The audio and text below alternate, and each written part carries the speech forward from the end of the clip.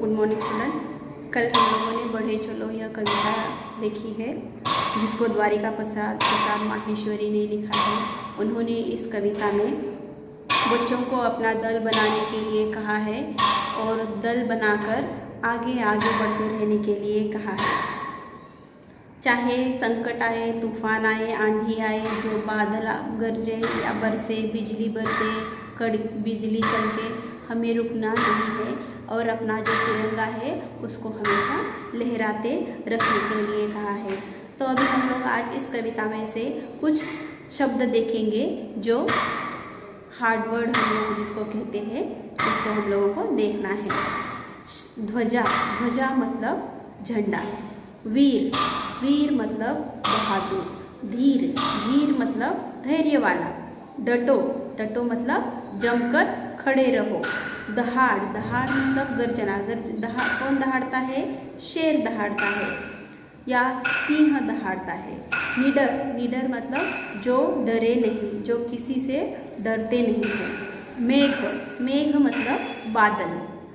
प्रातः, प्रातः मीन्स सुबह। अभी फिर से एक बार देखेंगे इस शब्दार्थ को।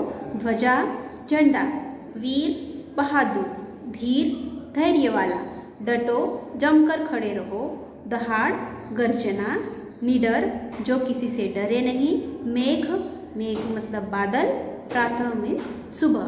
ये है इस कविता के शब्दार्थ जो कि आप लोगों को याद करने हैं। फिर उसके नीचे हम लोगों को कुछ लिखित कार्य है जो पूरा करना है।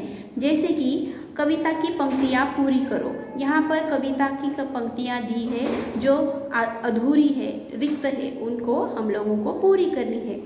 यहाँ पर क्या दिया है? पहले लाइन में हाथ dash dash dash dash dash dash सजा रहे। अभी यहाँ पर कविता हम लोगों ने कल देखी है तो उसमें क्या आ सकता है? हाथ में ध्वजा रहे, बाल दल सजा रहे।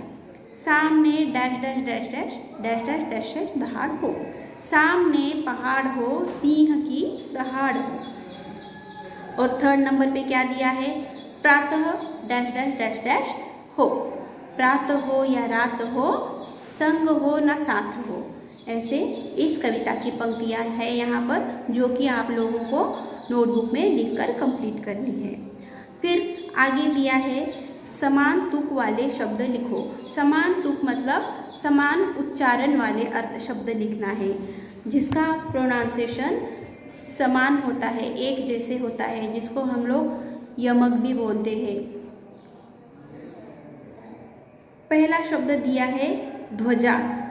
जा मतलब यहाँ पर आ की मात्रा लगाई गई है तो ऐसे ही लास्ट में आ की मात्रा है, ऐसे वाले वर्ड यहाँ से ढूंढकर हमें लिखना है। यहाँ पर क्या दिया है? दहाड़, साथ, हटो, सजा, गरजते और झुको। तो उसमें से हमें आ की मात्रा कौन से वर्ड को दिखाई दे रही है? सजा को। तो ध्वजा के सामने क्या आएगा? सजा आएगा। ध्वजा सजा। बरसते, यहाँ पर ते त को कौन सी मात्रा दी है? ए से एडी की मात्रा दी गई है तो ऐसा वाला शब्द यहाँ पर कौन सा है? गरजते। बरसते गरजते। डटो, डटो मतलब जमकर खड़े रहना है तो यहाँ पर ट को कौन सी मात्रा दी है? ओ से ओखली की मात्रा दी है। डटो को कौन सा शब्द आएगा? हटो। फिर है पहाड़। पहाड़ यहाँ पर ड की बिंदी वाला शब्द है यह, तो हम लोगों को ऐसा ही लास्ट में ड की बिंदी जो है वही वर्ड यहाँ पर लिखना है जो है कि दहाड़। रुके, यहाँ पर फिर से एक ही मात्रा दी गई है तो यहाँ पर क्या आएगा? झुके। रात, रात को क्या आएगा? यहाँ पर अ की मात्रा दी है, त को अ की मात्रा है। यहाँ पर आ, ई, उ, औ, ए, ऐ, ओ, औ इसमें से कोई भी मात्राएं नहीं है, यहाँ पर सिर्फ और सिर्फ अ की मात्रा दी है तो रात को क्या आएगा? साथ। तो ये हो गए समान तुक वाले शब्द। फिर उसके आगे है पढ़ो और समझो। कुछ समान अर्थ वाले शब्द दिए गए हैं, मतलब सेम मीनिंग के वर्ड्स यहाँ पर दिए हैं। जैसे कि सूर्य है, अभी सूर्य को एक ही नाम होता है क्या? सूर्य के बहुत सारे नाम होते हैं, जैसे कि दिनकर है, रवि है, सूरज है, तो प्रभाकर है, ये सारे नाम क्या है? सूरज के हैं। तो यहाँ पर हम लोगों को ऐसे ही समान अर्थ के दो दो शब्द यहाँ पर दिए गए हैं। सूर्य का समान अर्थी शब्द क्या होता है फिर यहाँ पर? दिनकर और रवि। उसके बाद है मेघ। मेघ मतलब बादल या घटा, जिसको हम लोग मराठी में ढग भी बोलते हैं। चंद्र, चंद्र मतलब चंद्रमा, शशि। चांद, जिसको हम लोग मराठी में हिंदी में चांद भी बोलते हैं ना। ध्वजा, ध्वजा मतलब झंडा या पताका। तो यहाँ पर 4 शब्द दिए गए हैं और उनके समान अर्थ वाले 2-2 शब्द दिए हैं, जो कि तुम लोगों को लर्न करना है। सूर्य, दिनकर, रवि। मेघ का क्या है? बादल, घटा। चंद्र, चंद्रमा, शशि। ध्वजा, झंडा और पताका। उसके नीचे तीसरे नंबर पर दिया है अनेक शब्दों के लिए कविता में दिया गया एक शब्द चुनकर लिखो। यहाँ पर कुछ शब्द दिए गए हैं, तो उन सारे शब्दों को मिलाकर कविता में कौन सा शब्द दिया गया है, वह उसके अर्थ का जो शब्द है वो हमें कविता से ढूंढकर यहाँ पर लिखना है। जो बहुत बहादुर हो, जो बहुत बहादुर होता है उसको क्या कहते हैं? वीर कहते हैं। जो आकाश में गड़गड़ की आवाज़ करे, आकाश में गड़गड़ आवाज़ कौन करता है? पंछी करते हैं क्या? नहीं ना।